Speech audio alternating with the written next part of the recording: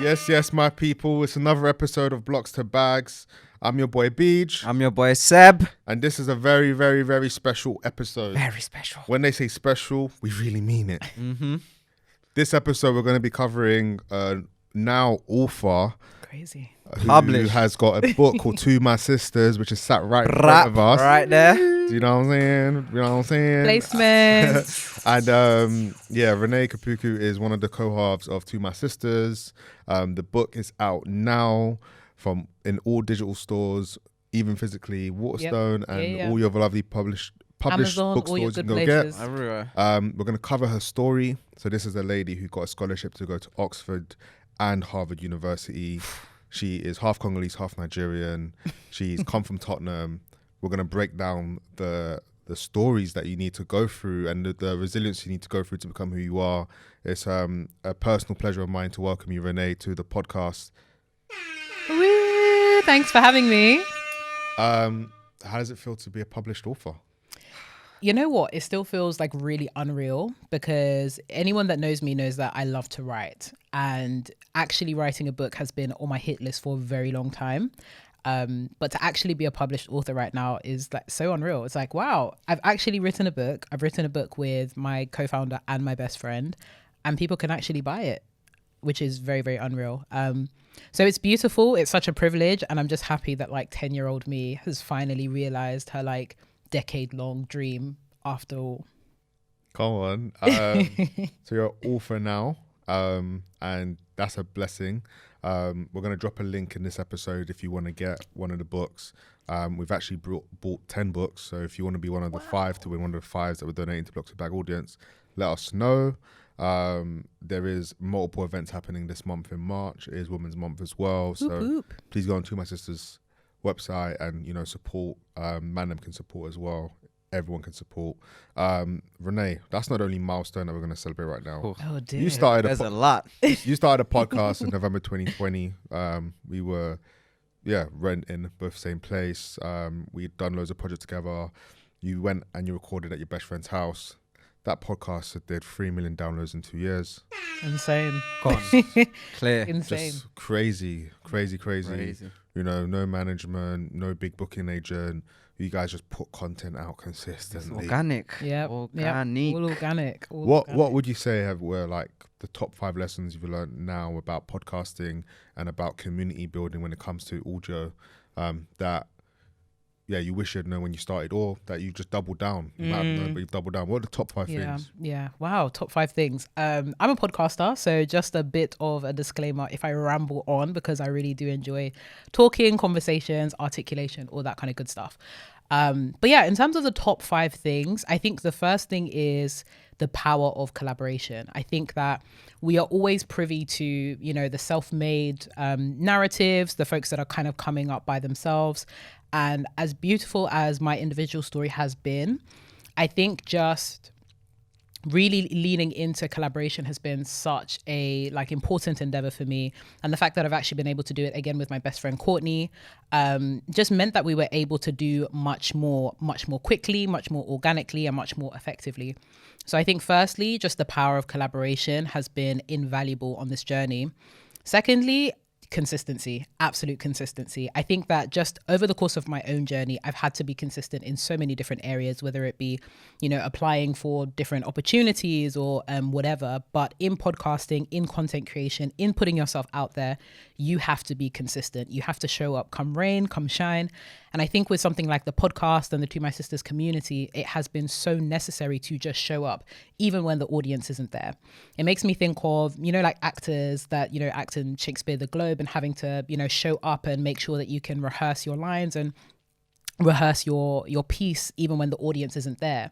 I think a lot of us can become so discouraged and so easily put off by the fact that we don't have an audience to create. But I think what was beautiful about this opportunity was the opportunity to be consistent and create irrespective of having an audience, and the audience came later. So definitely just the power of consistency, the power of showing up and making sure that I showed out as much as possible and continue to show out as much as possible with this community. I think the third lesson for me is definitely resilience, like being a resilient person. I think it's so easy to look at the podcast and say, oh, wow, like 3 million downloads in 2 years. That's incredible. It must have been an easy ride, or, it's an organic thing. So, great stuff. But it was really hard. Really, really hard. So having much to show up, sacrifice. right? So much sacrifice, having to show up consistently, having to put To My Sisters first all the time, juggling multiple things at the same time, working full time, It's creating not like you're content. doing this. Do you know? But you're not a full-time creator. You're just I'm like, not a full-time creator, folks. But even in that in of itself is beautiful, right? The opportunity to be able to do multiple things. We love to use these buzzwords like multifaceted and all that kind of stuff. But it's really hard, and you need to be very, very resilient when you're doing multiple things, especially when you want to do something that really like runs its course and does really, really well. So yeah, the importance of being resilient, even when, you have so many different responsibilities and so many different things that you're doing. Two more lessons. I think being unapologetic about the work that you do as well is really, really important. I think with something like To My Sisters, the emphasis is very much on building community and friendship and, creating spaces that are safe for women to vibe and enjoy. I think the images that we have of, female friendships and female communities very much centers on, the empowerment, brunches and all that kind of stuff, which is all great. And the power suits and whatnot. But what we wanted to do differently with something like To My Sisters is it's not just a networking opportunity, it's a community opportunity. And for me, community runs so much more deeply than, the aesthetics or the gatherings. It's very much about building an ecosystem where women feel safe, where women can, vibe, where women can, for want of a more, I guess, politically or professional term, just come and like take off your shoes and drink your wine and enjoy, alongside the deep work of increasing your self-awareness and becoming a better human being. So very much being unapologetic in creating these spaces. And then the last lesson that I've learned or wish I had known, I think the last lesson for me is things don't have to be perfect before you put them out. I was definitely someone that was prone to perfectionist tendencies and very much like, let me polish everything before I put it out there. When we first started To My Sisters, we didn't have like, the fancy production quality or anything like that. This was an audio only podcast. It was just straight up our voices. We were recording in Courtney's bedroom at the time with like 2 mics that were clipped to the window. High-rise apartment, really council got it out of the estate. block here. No. Yeah, To My Sisters, To My Sisters. People don't realize, they're like, oh, you guys sound so articulate. You guys sound so articulate and you sound so sophisticated. I'm just like, no, we were recording this with our bonnets on. It was like 9 p.m. in the evening. Sometimes we were just chilling. That's part of the magic. laughing. It's kind of like Dear Diary Exactly. vibes. And I think that's why To My Sisters does have that authentic vibe, right? It actually is a conversation between 2 friends who, as much as we engage with each other, in the professional sense of the word, we also are actually friends that hang out. So it definitely taught me the importance of actually just starting, and it's okay, especially when you're starting something, to just put out that content, put out that information, put out that community, and then grow along the journey. Cool. So, okay, I'll start with my first question, right? Yeah, go for it. So, we all got friends. We all got friends. I've tried to do things with my friends sometimes, and I've quickly realized it's just not gonna work out. So, like, how do you I like know? working with my friends. This one's working out. This one's working out. Yeah. Hello. But this was after many failed attempts. I'm not gonna lie. Like, this has probably been one of the first proper things where I feel like, So how do you know, like, your partner or your co-host or your friend is the right person to do things, and like, how do you maintain that consistency and keep kind of pushing each other? For sure. Funnily enough, we get that question a lot because people are always bamboozled. How do you work so closely with your friend And live with them. and live with them? Right? People say don't mix friends and business. My mom always says don't mix friends and business. Friends and business. Okay, so the first thing that I would say to that is, as much as Courtney is my friend, at least in this example, Courtney is very competent at what she does. And I think that sometimes we can overlook competencies and key capabilities when we're thinking about building business with other people that we care about deeply. So as much as Courtney is my friend, I know that she is very, very competent in the work that she does. She's an but A also, player, yeah? complete A player. But I also know that she has competencies in areas that complement me. So I'm very operationally oriented. I like things being done. I like emails. Shout out me too. Shout out the operational people. No, but they're important, right? To actually sustain a business, you need people that are business focused, right? They focus on the business side of the business. Courtney, as much as she is competent in those areas, where she really complements me is in the creativity. I often call her Courtney Spielberg because she is phenomenal when it comes to production. Phenomenal eye for, aesthetics, phenomenal eye for editing, phenomenal eye for creative pursuits. So for us, it was very much a match made in heaven because not only were we competent, but we were complementary in our competencies. So I think that when you are thinking about working with somebody that you care about, someone that you love, whether it be a family member or a friend, scope out whether they're good at what they do, and don't allow that relationship or your love for them to prevent you from actually, doing your due diligence. Are you good at what you do? Secondly, I think having some kind of modus operandi or code of conduct when you're engaging with people is very, very important. So for me and Courtney, we constantly have check-ins, we constantly have accountability catch-ups where we can separate our friendship and do friendly things, but also we have business conversations, right? So if how do those business conversations some of them are awkward, right? Some of them are, girl, I need you to step it up in this area. Vice versa. Do you know what I mean? But also actually doing the work to create those kind of spaces so that it doesn't then leak into the friendship side of your relationships. So we have our business meetings. We say, what was working well? Where can we improve? What can we do to actually make things better? And then after that, we leave it at that business table and go off and be friends. And I think the third thing related to that is ensuring that you actually remember that you're friends. I think of, a lot of partners that are like, because we're spending time together on the business, we're spending time as friends, but they're actually not the same thing. And it's easy to fall into the trap of, I'm going to see you because we're working on our business, but you're not actually spending time with them as friends in that relationship. So for me and Courtney, we're very intentional about, spending time as friends. We go to escape rooms, we go out for dinner, where we just don't talk about anything to my sisters related. And it's so much fun because things do pop up, they do pop up, but we still have fun. You're building the momentum of the friendship. Exactly. We're building the momentum of the friendship. So it's very, very important to have those clear boundaries, but also ensuring that you continue to have that accountability and also continue to prioritize the different elements of that relationship. Bam. I think we've done a good job of doing that.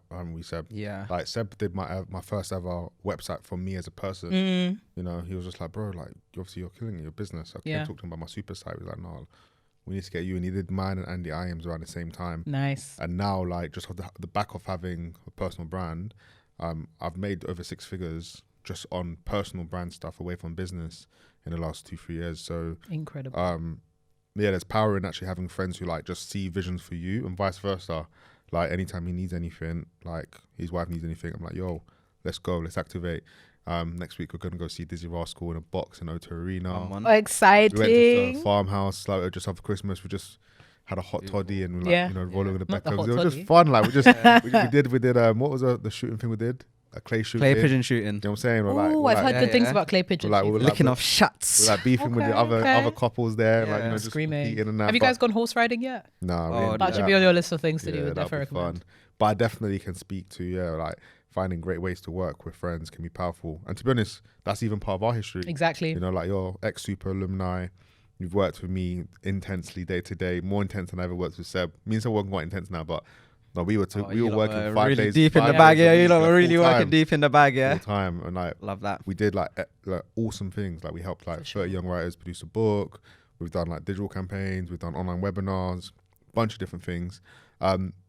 You've built a portfolio career outside of the education mainstream of going, which a lot of people do. They have the masters. If Kevin, rest in peace, Kevin Samuels, but they got a masters and they got a cat. Yeah. But you were very much what, this doesn't define me, BJ. Where else can I improve? Where can I go? And I can definitely speak to firsthand, from watching your story and watching you as a friend, be what? Give me some candid feedback. And then you just activate. Where people ask you for advice and they don't, if Renee can improve in something in the gym or improve in something, she couldn't do pull-ups when we all went on a retreat. Oh, remember? yeah. I was banging them out. No, this girl, she takes her most man them on pull-ups because compounding. But I've seen you just go strength to strength. There's things that I had knowledge on that I'm just sitting on because you're pregnant with ideas, as you said. But you're just all right, cool, I'm going to take this segment, I'm just going to run with it. it speaks to the brand you're building outside of TMS. You know, Optimize Me by Renée. There's over 1,000 people signed up to the newsletter and the community we're building, and sick. you got people subscribing to it on Substack. People, huh? But you're intentional about how you spend your time. You're intentional about how you reflect on your goals. What are some things that individuals wanting to, you know, change aspects of their discipline in 2023? What are some things people can kind of like just rehash and rethink about? As there's a lot of motivation out there, but we normally stateside. I hear it. But this is a great time. We need some of that in the. Let's break down some of the hacks. So people see this and they don't see we're tired at 7 p.m. but we still do that extra thing just so that it's just knocked out and it doesn't drag on, or they don't see I'm tired and I've got an early start at 8 today, so I'm gonna go to the gym at 5:30. It's not every day, but I heard you do that this week when we spoke one time. But yeah, just break me through some of the frameworks of how you think about optimizing yourself and optimizing yourself for work. This is one of my favorite topics, obviously. I am just so obsessed with optimization and obsessed with productivity, but hopefully in a healthy way, in the sense that I think it's a beautiful thing, first and foremost, that we can improve ourselves. And it's a beautiful thing, at least I found in my journey, that if I put my mind to something, I can do it. And I think it is very much a testament to my career journey, but also my personal journey. As you were, saying, for me, even thinking about like fitness is a huge thing for me now, because it's one of the places where I can practically live out that optimization, right? You start at a particular place and then you can continually improve until you're stronger, faster, you have higher stamina, all those kind of measurable things. But in terms of like thinking about productivity, self-improvement, and how one can optimize themselves, I think obviously it starts with your mindset. As much as it is something corny that we start with and something corny that we hear from wherever it is, might not be stateside, it might be in the UK, it might be wherever, but thinking about your mindset and not necessarily just waiting for motivation, but ensuring that it's actually a part of your daily practice. So how you speak to yourself, how do you refer to yourself, how do you engage with yourself, but also, are you a person of principle and integrity? And for me, being a person of integrity, and for me that means, do I match my actions with my words? If I say I'm going to do something, how will I do it? When will I do it? All of those kind of things. So focusing on becoming a person of integrity and a person of principles is where you start. That's like the foundational element. You need to build up the receipts so that you can trust yourself that you'll show up when the time comes. So for me, when I started, for example, at the gym, it wasn't necessarily just about like, oh, I'm going to do X, Y, Z at the gym. First, it was, I'm going to show up. So again, building those foundational principles and those foundational elements first. When it came to something like To My Sisters, it wasn't just about like doubling down. It was, I'm going to show up first and foremost, twice a week. We're going to put out content. That is that.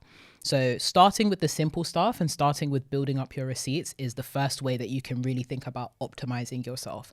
And then the actual optimization, once you've built up the receipts, comes after, right? So it moves from I'm showing up at the gym 3 to 4 times a week to how do I get stronger on my squats? How do I get stronger on my deadlifts? How do I start You're already building a data set essentially exactly, on yourself. Exactly this. And it's funny because a lot of people do that in their careers, but they don't do that in their personal life. Even when it comes to some of my relationships, for example, like with my friends, BJ already knows I'm very much the kind of person that's like, can I get some feedback on, what I've been doing? How do you feel like our friendship has been going? What are the areas that I can improve? How have your needs changed? So constantly having this mindset of improvement and how do I, make things better is super, super important.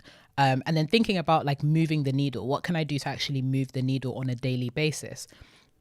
I think really having like some key actions, key habits that you can then build on consistently is super, super important. I think there was a quote that I put out ages ago on Twitter that went something along the lines of, if you allow your habits to become more consistent, then success becomes inevitable. I think sometimes we focus so much on a specific end result that we forget that once we've automated the journey, or once we've made the journey or the habits more habitual, success precisely. Blocks to bags. Hello. It's all about journey. But once I was wondering when I was going to get my next air horn. But once you prioritize journeying, once you prioritize the constant, I'm going to get better every single day. Of course, those 1% moving the needle 1% every single day, eventually they will stack up to 100%. And then I think the last thing that I will say, that's something that I love and some people actually really hate, is feedback.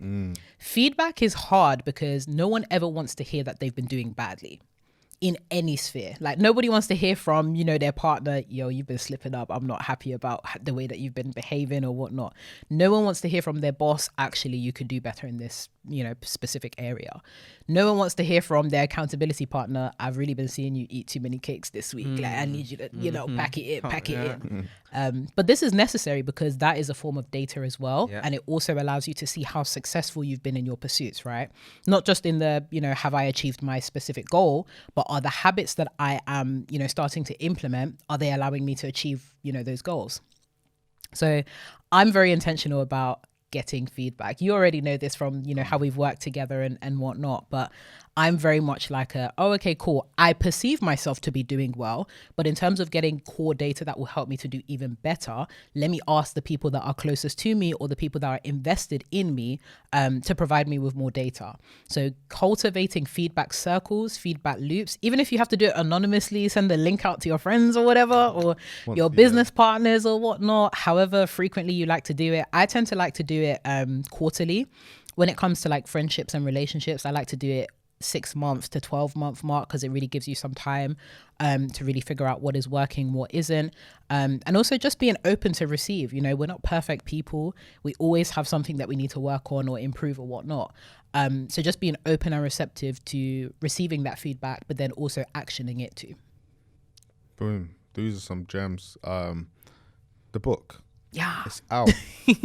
What can people expect when they read the book? Yeah. Let's start there and I have some question for you. Yeah, sure.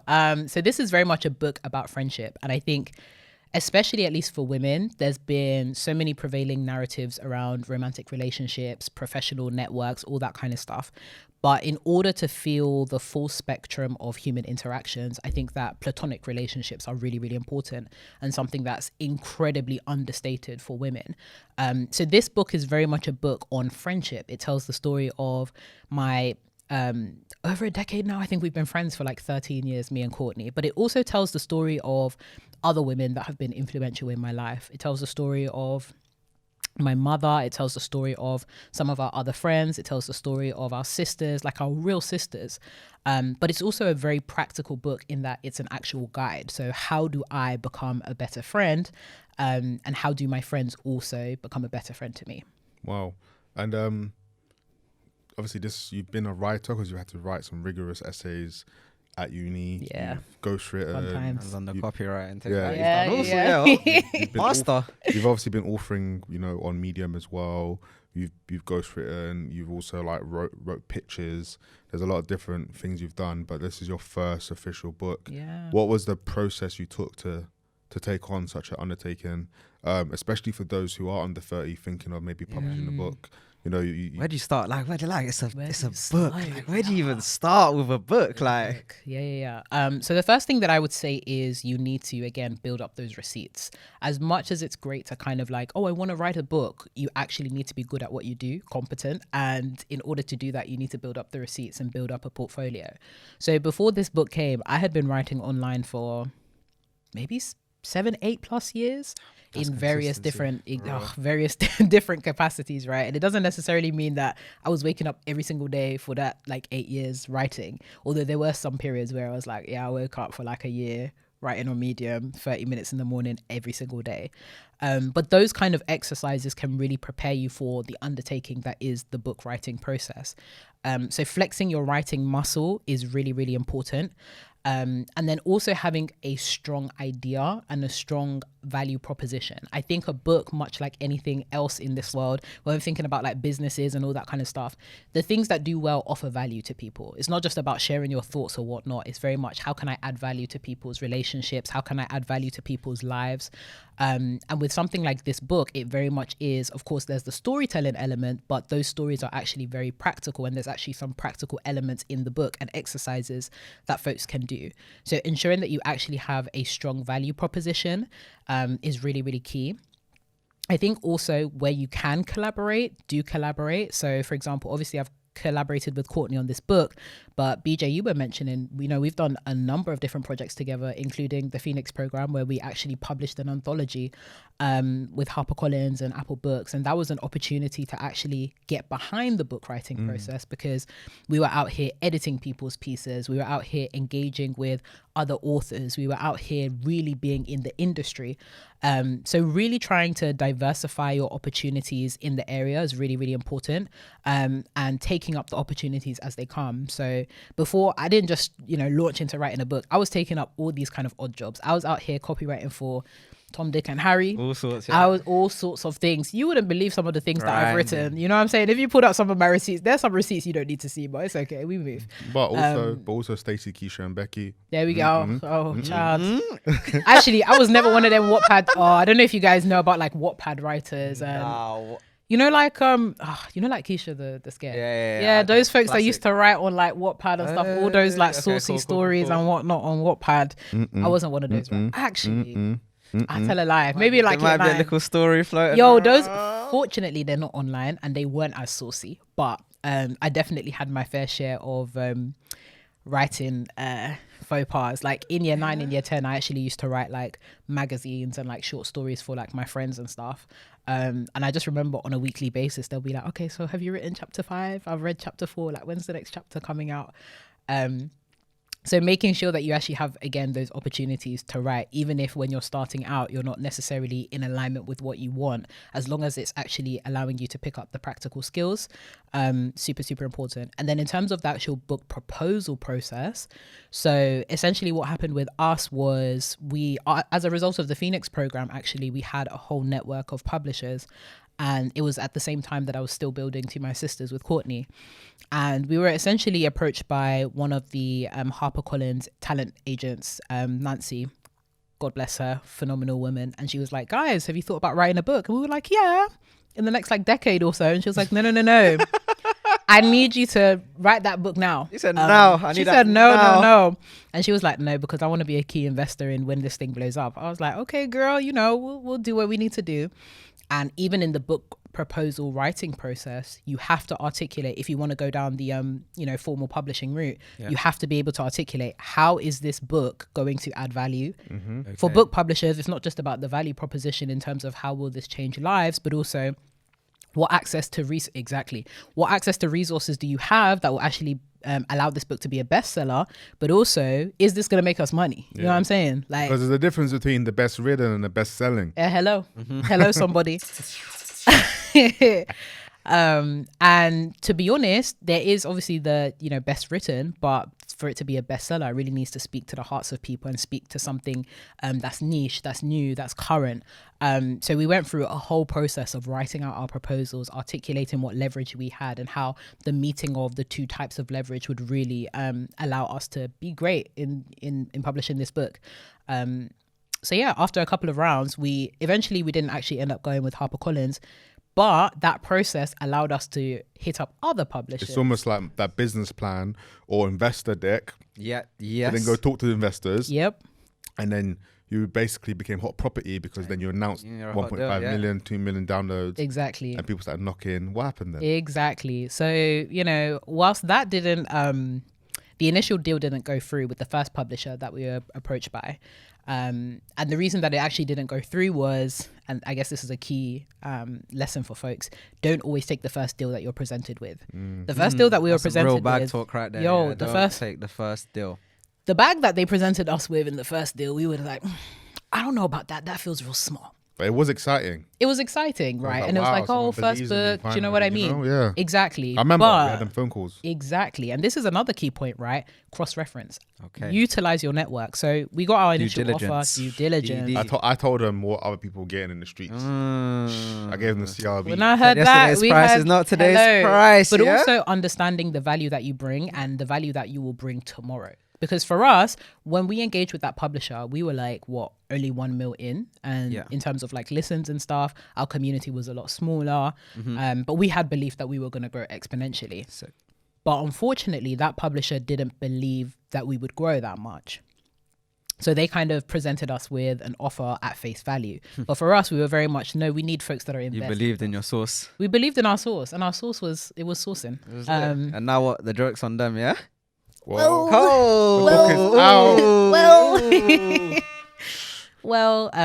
so yeah, and then eventually we were actually approached by another publisher who then became our publisher, Bluebird Pan Macmillan, and our lovely senior editor, Renée, absolute darling, who's not only our senior editor, but actually listens to the podcast before the book. So she was like, yeah, I'm sold in. Well. Yeah, she's like, I'm sold in. I get it. I get it. And yeah, at least for us, when it comes to something like To My Sisters, and I guess with any other business, it's very important to partner with people that actually understand the value that you're willing to bring, and people that are actually invested in the shared mission that you have. So even to this day, when we're partnering with brands, organizations, we're very, very intentional and very, very picky, because we believe in the mission of what, we're presenting to women. We believe in our community and our ecosystem. And it's very important that at every stage, every level, in every capacity in our structure, we mirror that mission. Love that. This is obviously part 1. We're going to do another part with Courtney as well. Yes. Working on that. You guys can go get a book right now.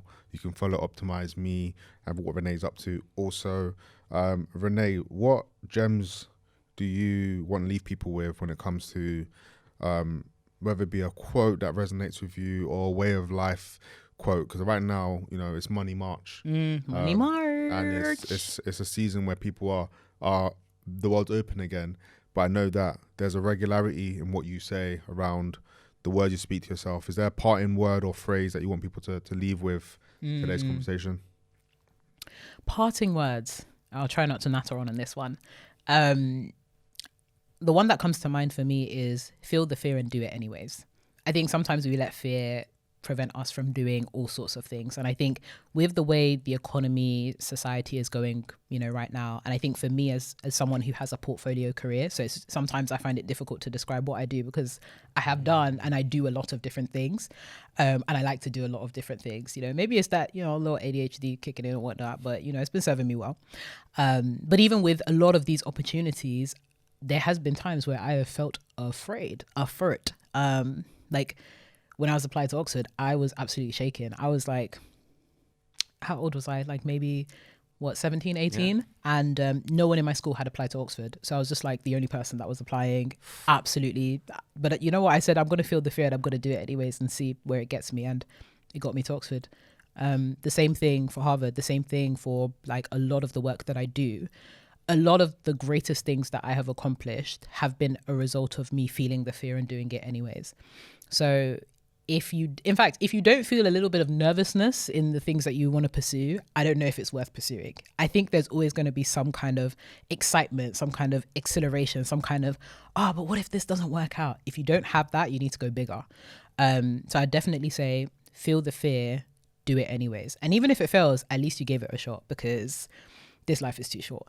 But if you do well, there's opportunities, especially in today's society and today's world, to do really well. So feel the fear and do it anyway. Not the air horns again. Yes, guys. That was another episode of Blocks of Bags. I've been your boy Beej. I'm your boy Seb. And don't forget to go and grab To My Sisters. Please like, comment, subscribe. Much love, my people.